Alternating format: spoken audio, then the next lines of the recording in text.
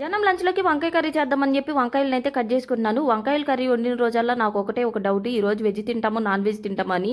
వంకాయలు కట్ చేసినంత సేపు ఇలాగే అనిపిస్తదనమాట నా మైండ్‌లో. అందుకే నేను జాగ్రత్తగా, నిదానంగా చూసుకుంటూ కోసుకుంటాను. మీకు కూడా ఇలాగే అనిపిస్తదో లేదో నాకైతే కామెంట్ చేయండి.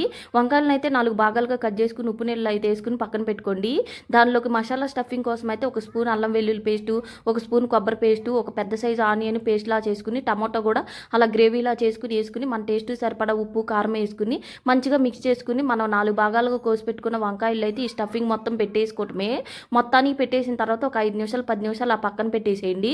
ఒక కడాయిలో కొంచెం ఆయిల్ వేసుకుని కరివేపాకు వేసుకుని మనం స్టఫ్ చేసి పెట్టుకున్న వంకాయలు ఆ గ్రేవీ కూడా వేసేసి సిమ్లోనే మంచిగా ఒక 10 మినిట్స్ 20 మినిట్స్ ఉడకపెట్టేసుకోవటమే. అప్పటికి వంకాయలు మంచిగా సాఫ్ట్గా భలే ఉడికుంటాయి అనమాట. వంకాయల్లో నీళ్ళు కూడా వస్తాయి కదా, మంచిగా ఉడికిపోతుంది. ఇలాగే ఇంకా మీకు ఉప్పు చాలకపోతే కొంచెం అయితే వేసుకోండి. లాస్ట్లో కొంచెం గరం మసాలా, కొత్తిమీర వేసుకున్నామంటే టేస్ట్ అదిరిపోద్ది.